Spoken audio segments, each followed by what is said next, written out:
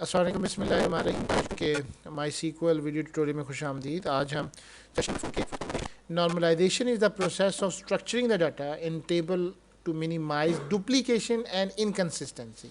Duplication का मतलब है यही, एक प्रोडक्ट है या एक यूज़र नेम है या आपका कोई स्टूडेंट है, उसको आप बार बार एक ही जगह पे डुप्लीकेट वैल्यूज़ को मत इस्तेमाल करें। और इनकन्सिस्टेंसी से मुराद होती है, लेट्स सपोज आपने यूज़र नेम लिखा है, लेट्स सपोज सैफुल्ला, SAIFULLAH। अब इसमें कई तरीके हैं इसको लिखने के, सारे कैपिटल में लिख दें, सारे अंडर स्मॉल में लिख दें, कैपिटल मिक्स करके लिख दें। अगर ये इस तरह करते रहेंगे तो कंप्यूटर के लिए, क्योंकि कंप्यूटर के लिए अपर केस और लोअर केस बड़ा डिफरेंट है, तो अगर आप इस तरह से करेंगे तो इसी चीज़ को रोकने के लिए तो कंप्यूटर है। मेरा खुद तजर्बा है, वो इस तरह करते हैं, सैफ का कहीं सीन से डाल देते हैं, कहीं स्वाद से डाल देते हैं, नाम नहीं लिखना आता है। इस इनकन्सिस्टेंसी ये नहीं होता, कंप्यूटर इनकन्सिस्टेंसी नहीं करता। आप एक दफ़ा उसकी इन्फॉर्मेशन चाहिए और में सेम होगी। Normalization requires table into two tables, और इसका काम ये है कि आपके बड़े टेबल्स को तकसीम करना छोटे टेबल्स की सूरत में। The tables are linked by defining a relationship between them, और हम उनको आपस में लिंक कर देंगे रिलेशनशिप के जरिए। Normalization improve the clarity in a database. You can normalize the database by using a set of rules while creating the database. अब उसके कुछ रूल्स हैं। सबसे पहले क्या है जी, कि आपने जब भी नॉर्मलाइज करना है तो आपने चंद चीज़ों को देखना है। Entity represent an object with about which you want to store the information. जैसे प्रोडक्ट एक एंटिटी है, स्टूडेंट एक एंटिटी है, कैटेगरी एक एंटिटी है। Attributes represent the components of entity type और defining a qualities, कि उसके अंदर कौन कौन से attributes होंगे। मसलन यूज़र नेम होगा, यूज़र एड्रेस होगा, सिटी होगा, ये उसके attributes हैं। Define the range for the attributes। domain, user name आप किस में लेना चाह रहे हैं, एज आप इंटीजर में ले रहे हैं, जो भी आपने डाटा टाइप्स पढ़ी हैं वो सब इसकी डोमेन कहलाती है। और relationship represent association between entities, उनके दरमियान आपस में किस तरह से रिलेशनशिप हो। सबसे पहले बात करते हैं डिफाइनिंग कीज़ की। Establish a relationship between columns. You can define a field as a key. These keys uniquely identify a record. अब देखें, तीन तरह की कीज़ है हमारे पास, primary key, composite key and foreign key. Primary key, it is use to uniquely identify the table and has no one attribute. Only एक attribute आपको डाउ करने की जरूरत है। अगर आपने जीमेल वगैरह पे अपना अकाउंट बनाते हैं तो आपको देखते हैं कि एक दफ़ा लॉगिन आपने ईमेल किसी का बना हुआ है तो वो पहले दूसरी दफ़ा आपको रिट्राइव करने नहीं देता है। Similarly composite key, it is a primary की having more than one attribute. अगर आप एक या दो से ज़्यादा मिल के बनाना चाहते हैं तब आप उसकी कंपोजिट की बना सकते हैं। Foreign key is a column or a set of columns in a table which refer to the column or a set of another column. Actually for composite key और primary key का तो concept बनता है, लेकिन कोई foreign key का as such नहीं बनता कि आप लिखें जी foreign key। जिस तरह primary key लिखते हैं वैसे तो हम लिख सकते हैं primary key, लेकिन foreign key as such कुछ नहीं लिखते। अब जैसे ये एक टेबल है, अब इस पर गौर कीजिए। लेट्स सपोज ये पहली नॉर्मलाइजेशन की तरफ हम जा रहे हैं। List the data store in a sample table for normalization. अब रिसर्च में है जी, मार्केटिंग में है, एक डिपार्टमेंट नंबर है। पहले ये बिल्कुल रॉ डाटा है, एक उसको अंडरस्टैंड करें। जैसे जाहिद ख़ास तौर पे एक कैटेगरी है, उसके अंदर फिर कई प्रोडक्ट्स आ सकती हैं कि नहीं आ सकती। तो एक कैटेगरी का आईडी है, उसके बाद कैटेगरी नेम है, और कैटेगरी नेम क्या हो गया, लेट्स सपोज वॉचेज़ हो गई। अब उसमें कई तरह की वॉचेज़ आ सकती हैं, रॉडो की भी हैं, रोलेक्स की हैं, मुख्तलिफ आ सकती हैं। वो सारी आपकी EID हैं। जैसे यहाँ पे लिखा हुआ है 41, 46, 50, उनका एक नाम होगा, चार्ल्स, जैक, पीटर।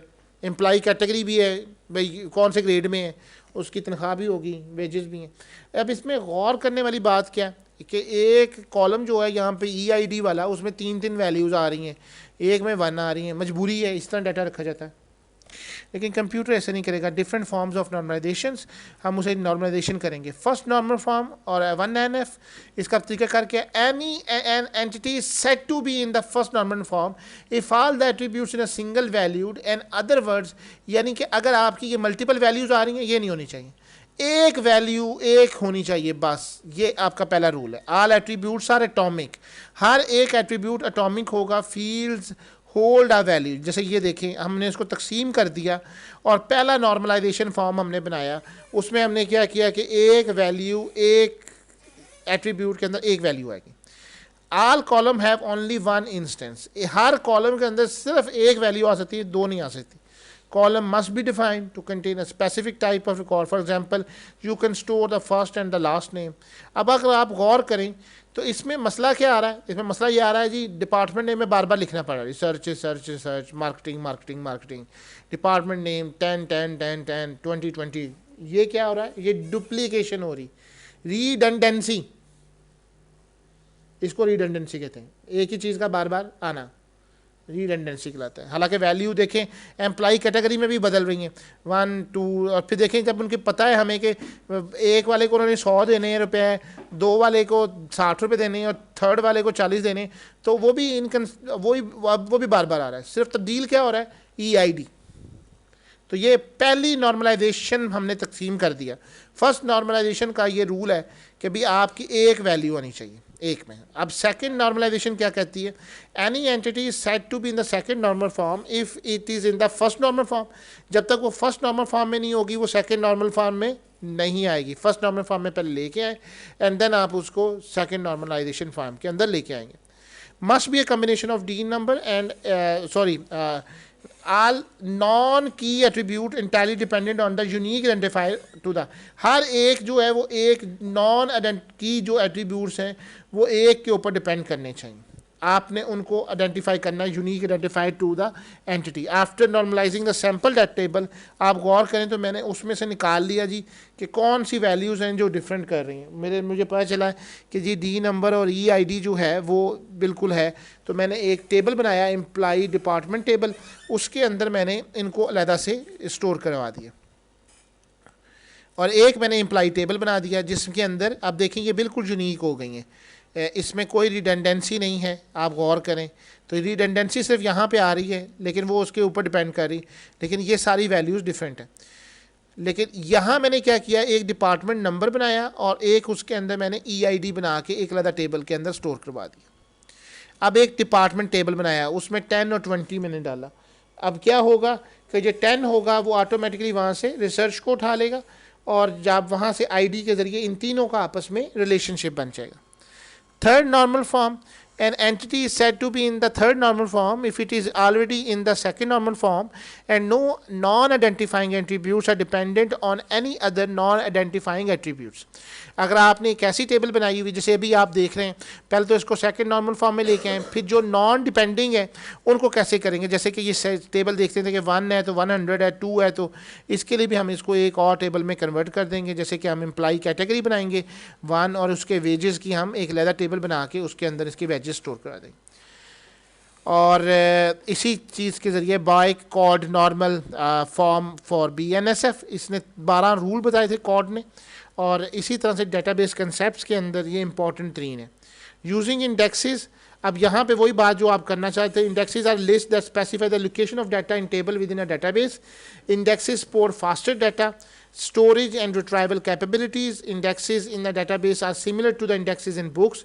वो आप लगाते नहीं, शुरू में किताब में देखते हैं आप लोग तो वहाँ पे लिखा होता है फलाना चैप्टर नंबर देश, फलाना चैप्टर यहाँ पे है, तो उसको इंडेक्सेस कहते हैं ताकि आपने डायरेक्ट उस पर जाना हो तो आप उसको रिट्राइव पे पहुँच सकें. सेम करना. You can create an index in a table by indexing the fields. Fields should be have unique values. उनमें unique values होनी चाहिए. Fields on which data to be stored. Fields should have data types such as text, number, date और time. और एक आपकी referential integrity आती है.